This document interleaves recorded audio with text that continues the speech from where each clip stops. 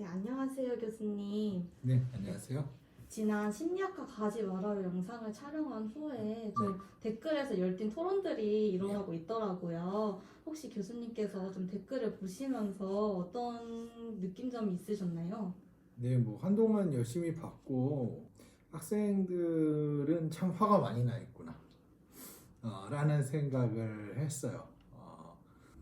심리학이나 어디나 뭐 그냥 공부하는 길이라는 게 다 그냥 거기서 거기다. 뭐 특별히 여기에 대해서 너무 큰 기대를 갖지 않았으면 좋겠다. 뭐 그런 차원으로 한 얘기긴 한데 이미 큰 기대를 한 친구들이 많이 있는 것 같아요. 그리고 분명히 그거는 누군가가 또 헛된 기대를 아니면 뭔가 좀 과장된 이야기들을 많이 했기 때문에 또 그런 생각을 할 수도 있겠죠. 어쨌든 그래서 반성해야 될 놈이 왜 반성을 하지 않느냐 뭐 그런 식의 반응들을 보여주신 분들도 있는 것 같고, 근데 가장 재밌었던 부분은 결국은 의도랑 전혀 다르게 다 각자 편한 대로 해석하신다는 거죠. 그래서 컨텐츠랑 결국은 뭐 이것도 시랑 되게 비슷한 것 같아요. 우리 학교 때 배우던 작가가 뭐라고 생각하고 만들든 결국 이것은 보시는 분들 또 이것을 소화하시는 분들의 몫이구나 뭐라는 생각을 했습니다. 네, 그래서 오늘은 주로 그렇게 댓글을 남기셨던 분들 그리고 학생들은 MZ세대인 것 같아요. MZ세대란 1980년대에서 90년대 중반에 태어난 밀레니얼 세대 그리고 90년대 중반에서 2000년대 중반에 태어난 Z세대를 아울러서 MZ세대라고 하는데, 이제 우리 랩실만 해도 다 MZ세대로 구성되어 있잖아요. 교수님께서도 같이 생활하고 계시고요. 주변에 사실 교수님 연령대에 계신 분들보다 훨씬 더 젊다는 느낌을 많이 받거든요. 한 오해인 것 같아요. 그렇지 않습니다. 그래서 그러면 우리 교수님은 요즘 사람들이 쓴 단어를 얼마나 알고 계실까? 이런 궁금증이 생기더라고요. 저희는 이제 이런 단어들을 교수님과 한번 같이 맞춰보는 퀴즈 시간을 가져보고, 교수님이 생각했을 때 이런 단어들이 왜 요즘 사용되고 만들어지고 있는지 사회심리학적인 관점으로 한번 설명해주는 시간이 있으면 어떨까 생각해봤습니다. 네, 그러면 한번 퀴즈를 시작해볼까요? 네, 첫 번째 단어입니다. 모모의 진심인 편. 그거 어떤 거에 대해서 되게 중요시 여기고 좋아한다 그런 뜻 아니에요? 오, 맞아요, 맞아요. 네. 모모의 진심인편이라는 뜻은 어떤 대상이나 분야에 진심으로 몰입하고나 최선을 다한다. 교수님은 어떤 거에 진심인 편이신가요? 시계 컬렉팅의 제일 진심이죠. 임상 심리학의 진심이어야 되는데 사람이 또 먹고 살다 보니까 그렇게는 안 되더라고요. 직업에는 그렇게 또 큰 재미가 있지 않아요. 네. 네. 원래 취미도 또 가져야 되잖아요. 네. 그래야 리프레시도 되고. 그럼 다음 단어 한번 볼까요? 네, 민초단. 이게 어떤 의미인 것 같나요? 글쎄요, 이건 진짜 처음 들어봐서 뭔가 되게 초보자라는 뜻 같은 느낌도 드는데 뭘까요 이게? 짐작을 못하겠네요. 민트와 초콜릿을 섞어 만든 그런 디저트인 민트 초코를 좋아하는 사람들을 가리키는 신조어예요. 반면에 이제 민트 초코를 좀 싫어하는 사람은 그런 반민초단이라고 말을 하고 있습니다. 민초단. 네. 네. 교수님께서는 민초단이신가요? 반민초단이신가요? 글쎄요, 저 민트 초코의 맛을 좋아하지는 않는 것 같아요. 반민초단이시다. 그러니까 저도 반민초단. 쌤은요? 민초. 초콜릿하고 어울려요? 민트가? 그니까요. 치약과 초콜릿을 같이 먹는 느낌. 아니 그 달달한 맛을 느끼면서 좀 상쾌한 그 느낌을 받을 수 있는 게 얼마나 그 좋은 느낌인지 저희는 모르시나요? 늙은이라서 단맛에는 견과류가 같이 들어가는 게 좋습니다. 저도요. 차라리 네. 초코 아몬드. 네. 아 마카다미아 이런 거 좋아합니다. 여러분이 민초의 아름다움을 몰라서 너무 안타깝네요. 네. 반민하죠 뭐. 우린 반민초단 할게요. 네. 그 다음은 반모입니다. 모르겠어요. 일단 약자를 알 수 있는 방법은 거의 없는 것 같네요. 약자라는 건 사실 특수 집단끼리 공유하기에 만든 거라서 제가 그 밖에 있다 보니까.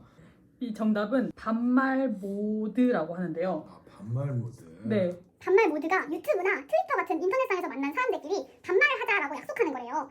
교수님 트위터 하실 때 반모하는 분들 안 계신가요? 없습니다. 그런 분들과 아는 척하지 않습니다. 옛날 사람이라 반말 듣는 거 되게 싫어하고요. 네. 존모하고 있다고 합니다. 네, 다음은 국룰입니다.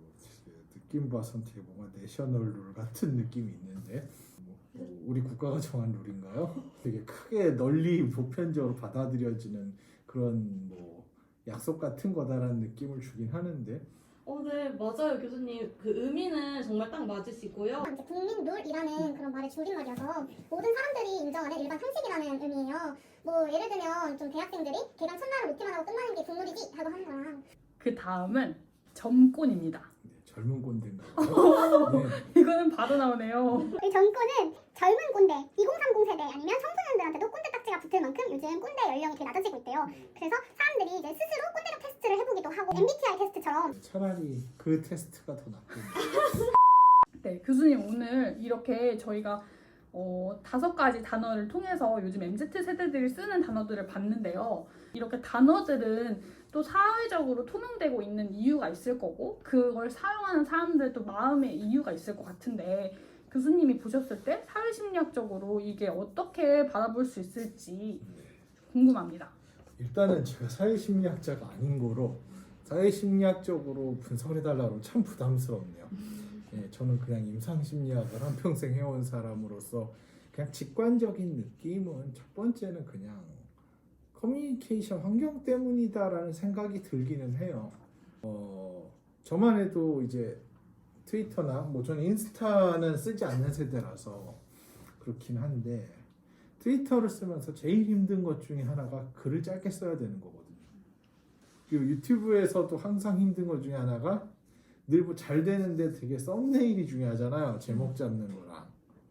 이제 별로 이게 중요하다는 생각을 못 하는 거예요. 그러니까 기존의 텍스트 세대는 책 같은 걸로 또 편지로 서로 마음을 주고받던 세대니까 그냥 내 마음을 최대한 불려서 길게 표현하는 게 일상화돼 있었고 그 예전에 나이 드신 교수님들 명강이라는 거 들어보면 1시간 말씀하시는데 내용이 얄맹이가 얼마 없어요. 그걸 되게 불려가지고 이렇게도 설명 저렇게도 설명 이게 이제 확장돼서 이제 목사님들 설교가 이제 그런 식으로 보통 많이 진행이 되거든요. 그러니까 핵심 내용만 담기는 게 아니라 그냥 이걸 설명하기 위해 온갖 것들을 부연해 주는 것들이 전통적인 종이 시절의 커뮤니케이션인데 요즘은 SNS 그리고 누구나 컨텐츠를 만드는 시대가 됐죠. 그러니까 일단 컨텐츠의 양이 너무 많은 거예요. 예전엔 글을 쓸 수 있는 자가 몇 없었어요. 작가라는 직업이 있을 정도. 지금 작가가 어디 있어요? 아무나 앉아서 쓰면 하나 다 올라가는데 너무 많으니까 사실 그 안에서 되게 짧지 않으면 다 볼 수 없고 이 미디어의 특성 그리고 짧으면서도 되게 좀 자극적이고 압축적이어야 되다 보니까 이런 미디어 커뮤니케이션의 환경 때문에 어쩔 수 없이 사람들이 점점 더 글을 좀 짧게 쓸 수밖에 없고 더 이렇게 한두 가지의 되게 인상적인 단어만 가지고 모든 것들을 되게 전달할 수 있게끔 만든다는 느낌은 들고요. 한 가지 차원은 근데 또 이런 형태의 말들은 사실 요즘 생긴 문제는 아니에요. 이건 전혀. 아주 오래전부터 늘 있는 일이고 심지어 이건 일종의 암호 같은 거죠. 전쟁 같은 거 할 때도 자기 편들끼리만 통용되는 늘 암호를 대잖아요. 암호는 막 딱 하면 그게 통해야 이제 자기 편이구나라는 걸 확인하는 거기 때문에 이거는 그냥 피해를 식별하기 위한 한 가지 수단이다라고 생각이 되거든요. 그러니까 이제 뭐 젊은 세대들 입장에서도 이게 특히 요즘 SNS의 가장 위험한 것 중에 하나는 내가 알려지고 싶지 않은 사람들에게도 나의 너무 많은 것들이 알려지는 문제가 있죠. 그러다 보니까 내 마음이나 내 생활 환경이나 이런 거에 대해서 잘 이해를 할 수 없는 어떻게 보면 이제 적군이죠. 적군한테까지 굳이 내 어떤 이야기들이 별로 알려지고 싶지 않은 그래서 최대한 암호화해서 우리의 내 집단끼리만 서로 알 수 있게끔 커뮤니케이션을 하고 싶어 하는 뭐 그런 욕구들이 들어있지 않나. 뭐 그러니까 딱히 이게 사회심리학인지 모르겠어요. 그냥 그렇게 추정이 되네요. 네. 네, 오늘 MZ세대 신조어에 대해서 알아봤는데 좀 어떠셨나요? 많이들 그걸 고민하시는 것 같아요. 교수님들도 계속 새 세대가 들어오는데 이들과 어떻게 소통을 하고 누구는 잘 어울려만 하는데 저는 일단은 젊은 세대가 별로 특별한 게 있다고 생각하진 않아요. 그냥 젊은이의 특징이 있는 거지 무슨 특정 세대가 저희 때는 무슨 뭐 뭐 X세대 뭐 그런 얘기 듣고 오렌지족 이런 얘기 듣고 살았거든요. 그때도 뭐 천하의 이상한 놈들인 것처럼 막 했었는데 그냥 다 지금 꼰대로 살고 있어요 전부. 그러니까 그냥 그 연령대 특징일 뿐이다라고 생각을 하고요. 젊은이들과 잘 통한다라고 생각하는 자체가 오해다. 그런 건 존재할 수 없다고 생각해요. 젊은이는 젊은이, 늙은이는 늙은인 거예요 그냥. 내가 저들의 세계를 충분히 알지 못한다라는 자세, 그 겸허한 자세가 사실은 상대방하고 소통하는 기본이라고 생각해요. 이건 사실 우리 심리치료에서도 기본 원리잖아요.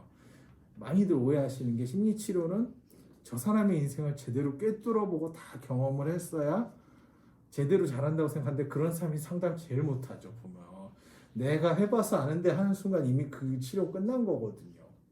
사실 심리치료라는 게 제일 중요한 거는 경험이 있어서가 아니고 내가 당신에 대해서 지금 잘 모르는데 진지하게 편견 없이 모든 걸 한번 알아보겠다라는 태도가 중요한 거라서 뭐 저희 세대 많은 교수님들도 막 젊은 세대들 막 말을 막 배우시고 어떻게 막 또 걔네들이 어떻게 뭘 좋아하는지 이런 거 되게 고민하시는 분들이 있는데 그러다 꼰대 된다고 생각해요. 차라리 나는 니들과 되게 다른 시대를 살았다라는 거를 인정을 해야 그냥 그들대로의 삶을 존중할 수 있지 않을까 싶습니다. 인터뷰 감사합니다. 네, 감사합니다.